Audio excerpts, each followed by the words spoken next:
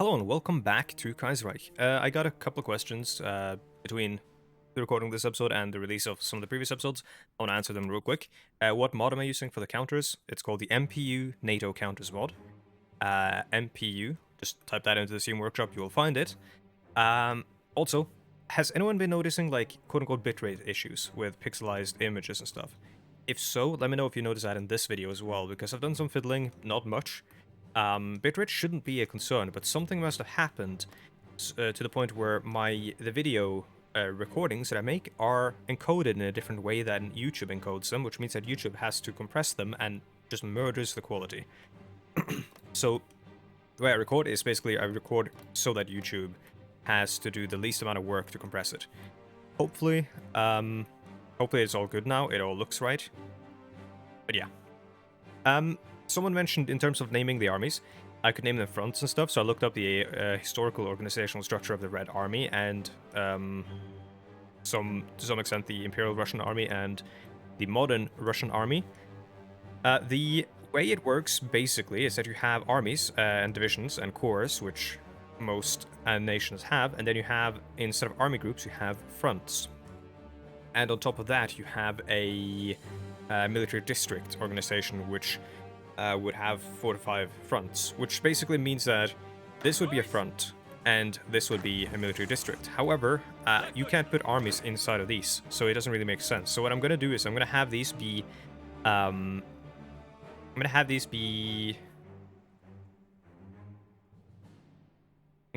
be armies still, because I like the flexibility of being able to assign them without having to rename them. And I'm going to have these be fronts instead. I think. Let me double check that we have enough field marshals for that. No, we don't. That would not make any sense. That would not work. Sure, okay, let's make some of these armies and let's make some of these fronts. So the big ones we can make a front. Like this could be a front. This could be the Ukrainian front. And we will give it an icon. What icon do we give a front compared to an army? Maybe something like this. And then the armies could be smaller. This could be the Finnish front. We're going to lose all of these volunteers. Finnish front. Because we know that we're going to keep them in Finland for a while. And then this will be the... honestly, this will be the Siberian front. I'm basically just going straight, like, completely back on what I said. But we're going to have armies and stuff that we're going to be shuffling around a bit more later on. So this is Serbian front, and we can actually give them a geographical marker here. So there, and then these will be... I mean, this will be better as a front, but we don't have enough field marshals. We can promote some, I think. I suppose we could just do that. But I want to train some up before we promote them. I mean, Zhukov is going to be a field marshal. Like, there's no question. He has to be. It's Zhukov. Oh, it's not even political power to promote him. It's just command power. Yeah, I mean, to hell with it. Let's temporarily lose the skill level while adjusting to the responsibilities. That's fine. It is better to give him some traits before you do this, but it's fine.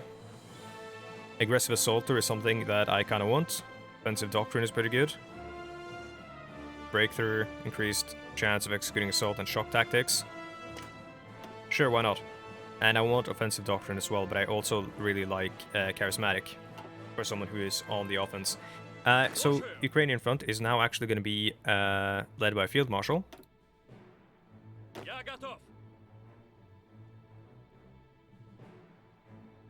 Which is Zhukov.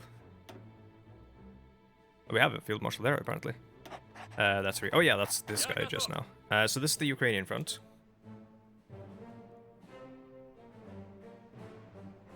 And then this will be the army.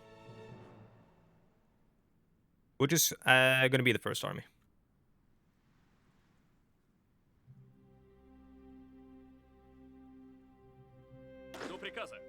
And the first army will be led by a normal general, which means we have to pull off some troops, which is fine. Actually, no, this Boris Shaposhnikov is good for it. But Boris, I'm not gonna... sure, let's train him up. I think he's gonna become a field marshal as well. We're gonna have a lot of armies, I think. Since we'll have big front lines, we want to have a lot of armies that we can shuffle between them. So we need big, whatchamacallem? We need big field marshals that can have a lot of people on them. General max army size +6. Shouldn't that translate to more armies when you become a field marshal? I thought that did that. Am I dumb? Or does this mean that everyone under him... No. Am I dumb? I thought this, I thought when they swapped to a field marshal, they got field marshal traits that were sort of equivalent, or the traits were conferred upon their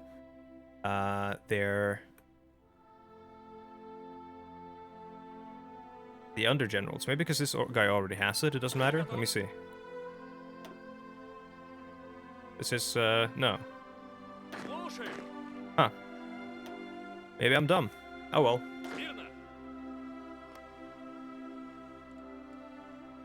Amazing equipment production, that's fine. We're not gonna produce any of that quite yet. By the way, if you have tips in terms of the intelligence networks and stuff, like, please let me know. I'm very unfamiliar with it. Mustafa Kemal sees his power in Turkey, or the Ottoman Empire. That doesn't look like him. Maybe that is him, he's just old.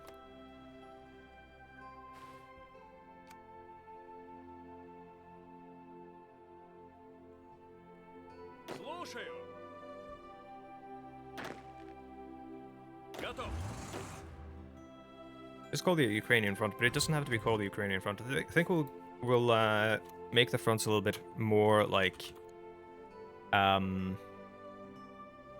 more general, so that we can have more armies in them. So we'll call this like the German Front. Coup d'etat in Algeria. Okay, now we have Henri Modak.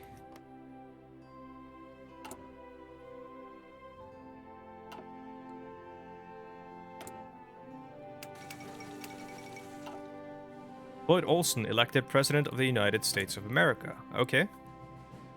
Tenacious negotiator, Social Democrats. We'll be watching your progress. Yeah. Let's see how that goes. Okay. Mountain Corps, follows Sydney. Lost to invading French army. Wait.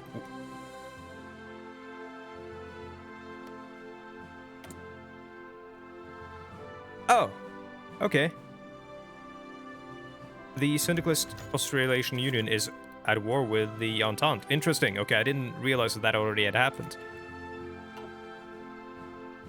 Which is lucky that the Commune and all them weren't involved already. I don't know who it's lucky for, but it's lucky for someone. What is come to be divided between three factions, one led by Bukharin, one led by Kollontai, and one led by Radek. The one Bukharin champions a path of socialism at a snail's pace, where cautious industrialization prevents the creation of a massive state bureaucracy, as well as waiting to preserve this smishka at all costs, and wanting to bridge the general urban-rural divide in the country. Makes sense, I suppose. The faction led by Kollontai promotes the unions managing the economy, seeing them as the best way to give the workers a voice in the economy and the nation. They also are very opposed to the perceived influence of the peasants, and thus want to break up this smishka strongly, supporting the further workerization of the party. So they're anti-agrarian, which is like one of the big divides in the Russian socialist sphere during this time, is the role of the agrarian peasantry.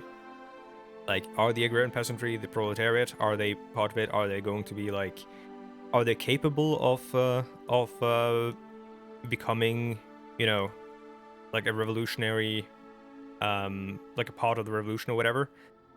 And there's, you know, a lot of polemics about that and stuff. The faction led by Kollontai promotes, yep. And then we have, last but not least, the faction led by Radek. Supports the idea of primitive socialist accumulation, that is to extract the peasant surplus value and to use this to develop the productive forces to transition to make Russia ready for socialism. Which is best developed in their mind through 5-year plan. Bukharin is NSP, Radical Socialist. Kollontai is PSP, a neglected console. They're syndicalist. And Radek is KNOF, totalist.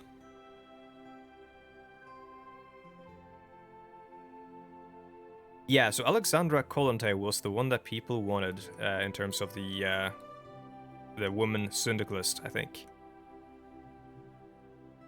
I think a lot of people, judging by the likes and dislikes, a lot of people were unhappy with my choices, but I mean, the only actual, like people said, yeah, go down the democratic socialist path. And I clicked that, and then people are like, go for Alexandra or whatever, and I didn't have that until now. And then the coup happened, and there was no way for me to go down a social, like, democratic socialist path. So my hand was kind of forced.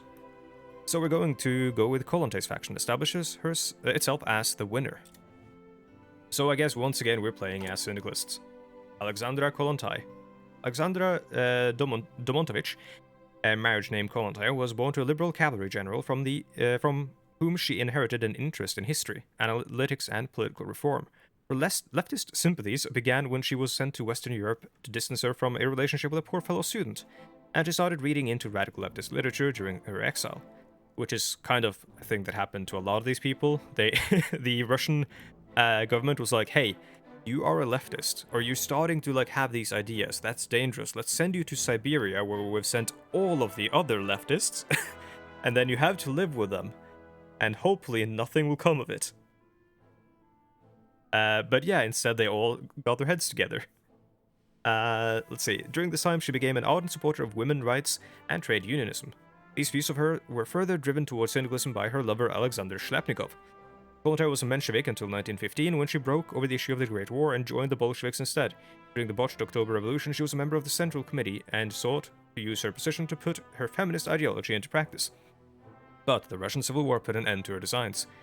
Alongside Shlepnikov, she helped found the trade union Socialist Party, the movement closest to Orthodox French syndicalism on Russian soil. It proclaims the need for the urban worker, the forefront of the revolution, and declares trade unions to be the building block of socialism, while distrusting the Russian peasantry and rural laborers, whom they see as inherently reactionary. I don't think I necessarily agree with that latter part there. Certainly you can make the argument that some peasants, like the land-owning peasants and stuff, may have some sort of motive for not wanting collectivization of you know, their farms and stuff. But I think that's kind of like a rural skepticism that is kind of like, I don't know, elitist in a way that I am not a big fan of. Okay, unpause. Let's not get stun locked by leftist theory. Armored Core, you are going to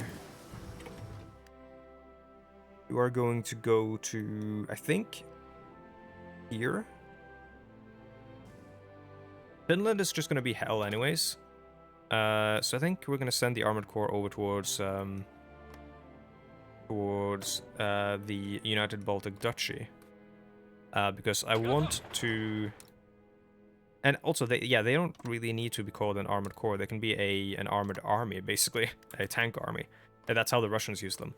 But we can't use them quite like that quite yet, because we don't have enough of them. But yeah, we're going to put them over here. The idea being they're going to basically push into the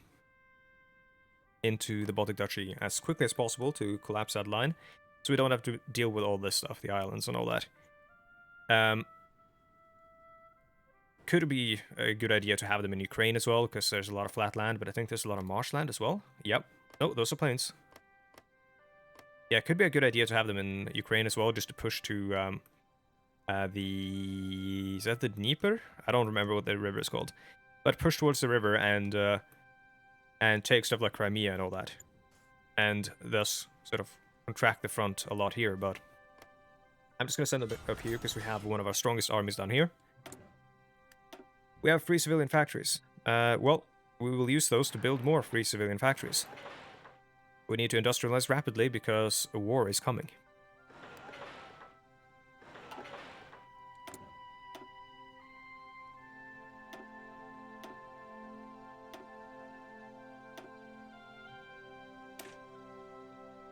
Sure, go ahead. It's a lot of military experience going down the proverbial drain. It's not really a drain, but it's still useful. You guys can actually, I think, start exercising. The Finnish have, like, no troops on our borders, so if anything happens, I think we're gonna be fine. We should also create a battle plan, just in case. Get that planning speed bonus. The Ukrainian battle plan will be pretty obvious. I think the ideal will be to push here and then move on to the next one, but I think those multi-stage plans get kind of messy. Let's have them exercise as well. A lot of planes here, so the cavalry are there, so they can push in immediately. Liberal victory in Brazil, cool.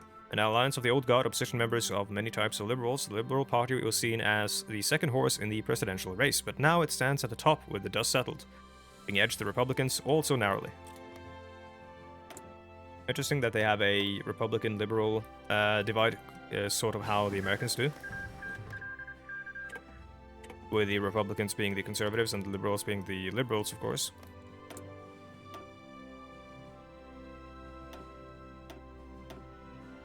And I'm guessing then in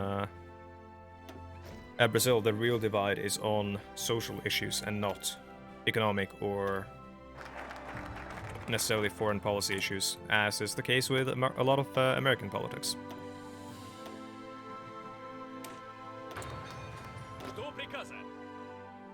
Yeah, these are the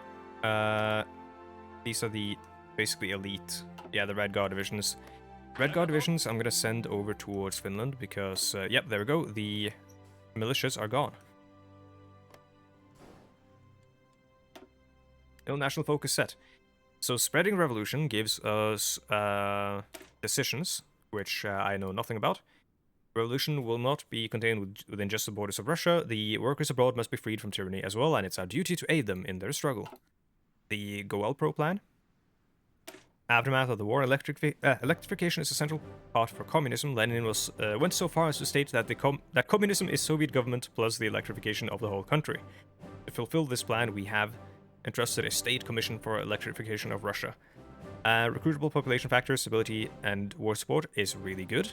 Rebuilding the country. All these basically just rebuild the country. Aftermath of the war. Kerensky's reign, yeah, rebuilding the bureaucracy. Help the people. They all give the same thing. But this leads all down to the GOS plan, which grants max factories in the state. Industrial democracy is our only choice because we didn't go with proletarian humanism, which is Bukharin, which is fighting the urban-rural conflict. Here we're just gonna headbutt the urban-rural conflict and be like, nope, the urban one wins. This is the Revolutionary Vanguard, which gives all this stuff. I didn't actually check this before I did all this, but, you know. Militarization of labor. That's all we've missed out on. We've missed out on fight bureaucratization, which gives a research slot. That's fine. We don't need that anyways. He says bitterly. No need for the military stuff yet. We need to rebuild the economy. This one is really good to have already, and it's only 28 days, and these take a lot longer. So if we get this done, the production efficiency cap is going to help us longer, or more in the long run. Same with the resource gain efficiency, so I'm going to grab that first.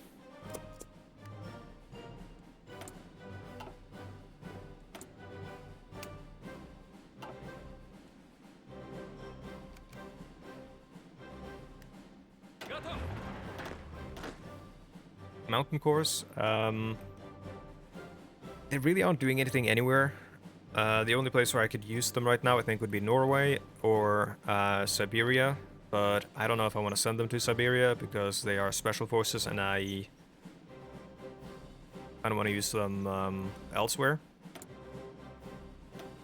You are social conservative. Will you be rushing me down? I don't think so.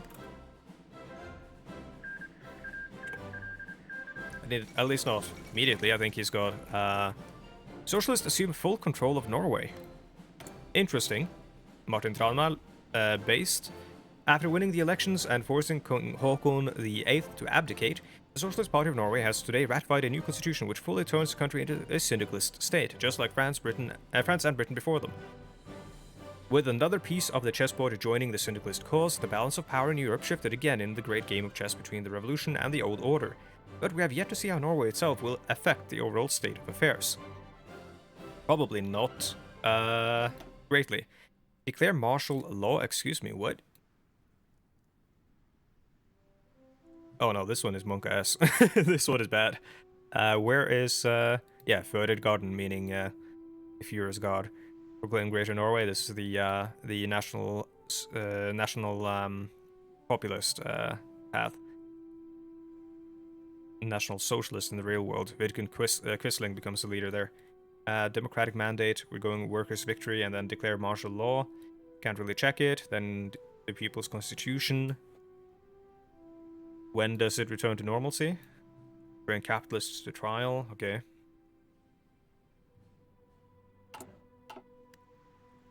The flag there is pretty cool in my opinion. See, they've added this in the top left. I don't think that was in there forever, but Norwegian Union joined the Third International. What's Sweden thinking? Sweden is thinking we like our king. Coalition of the like-minded is opposition victory. That is Social Democrats. Conservative victory, yeah. More moderate then. Italian democracy survives, okay.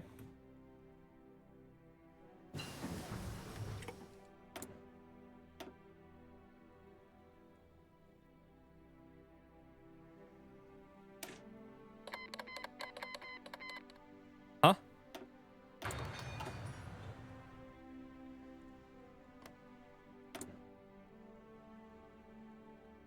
Partido de la Revolución.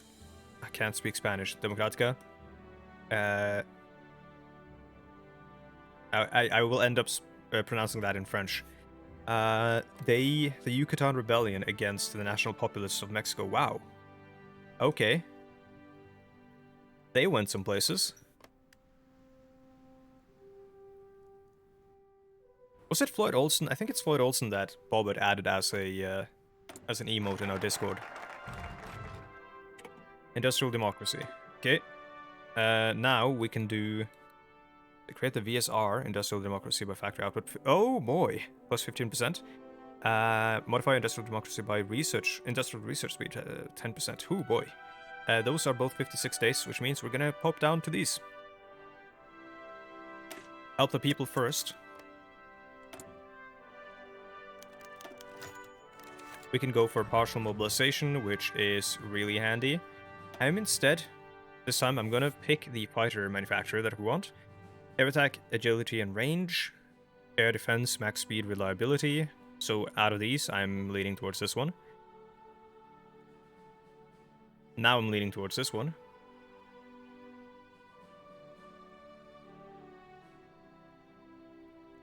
There's no guarantee that we're going to be able to outproduce everyone else. In fact, I would say no, we probably aren't. So I think the correct choice is to go with the air manufacturer or air designer that actually lets us produce more ducks.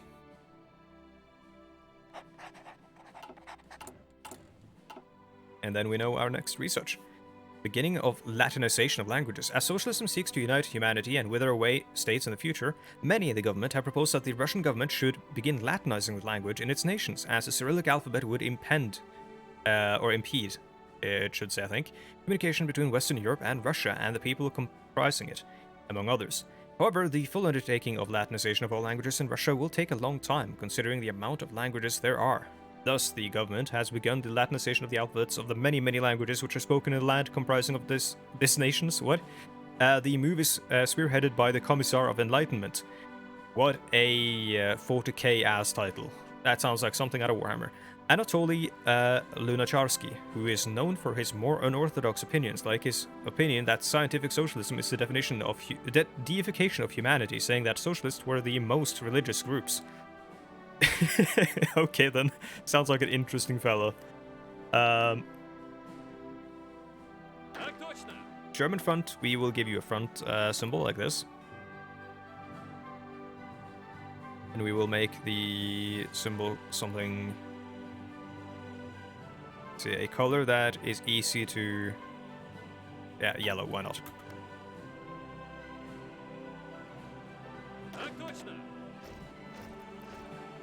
These guys are mostly getting trained, so we can stop them, stop their exercising soon. You guys are going straight to the Finnish front.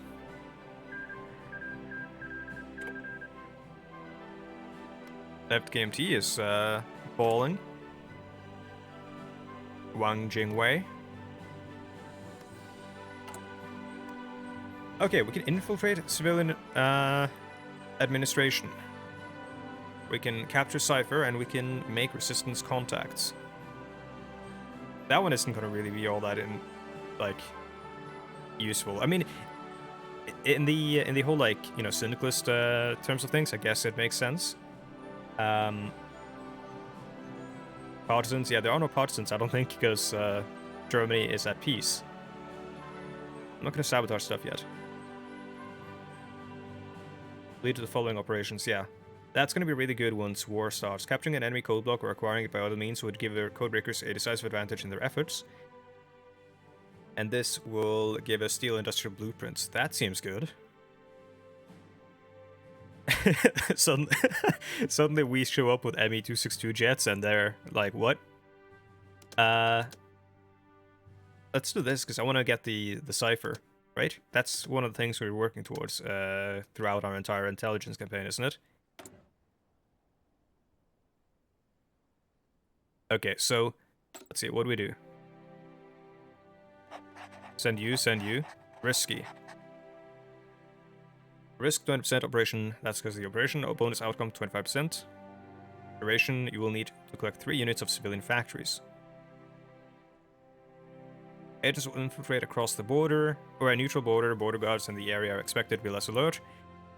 One of our double agents will request a new copy of the currently active cipher to be transferred in coordination with other services underway to ensure that drop-off is not interrupted. Our agents will lay low and blend into the population until they are ready for the next mission.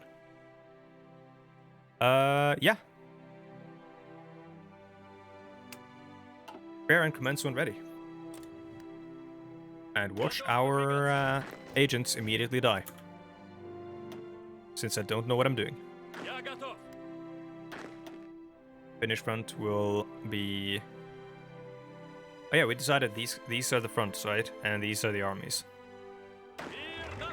Oh, it's so messy. I don't really know if I like it. I think I like the general army group idea, but let's call this the Northern Front.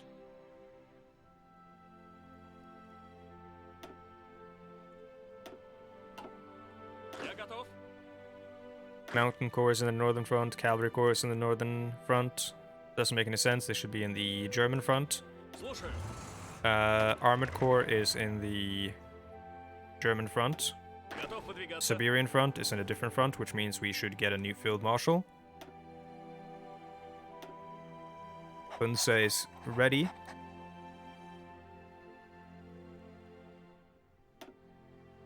Let's do this.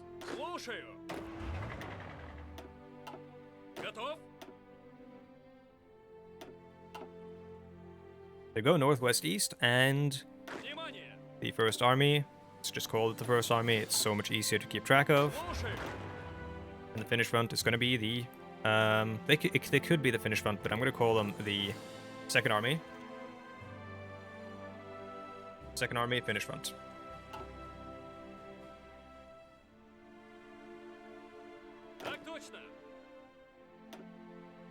Third Army, Serbian Front. I've just completely walked back everything I was doing here.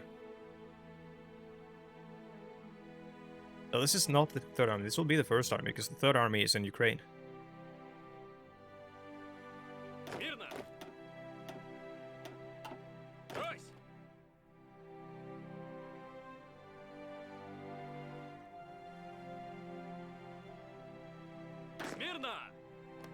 Okay. That's fine. It's all fine. I'm a bit sort of overwhelmed with how we're gonna organize this and try to make it sort of bridge the gap between practicality and historical reality. Stand up in America, oh boy. Major blow today as everything is collapsing. Who could have seen this coming? Jack Reed as the leader of the Unionists in the Combined Syndicates of America, and we have Huey Long as the leader of the authoritarian Democrat America First Party in the American Union State in the South, the Deep South. And America stands on the brink of civil war. I see. Well, I want to say thank you so much for watching, and as always, if you're looking for a Discord community, there's a link in the description down below. If you're looking for a an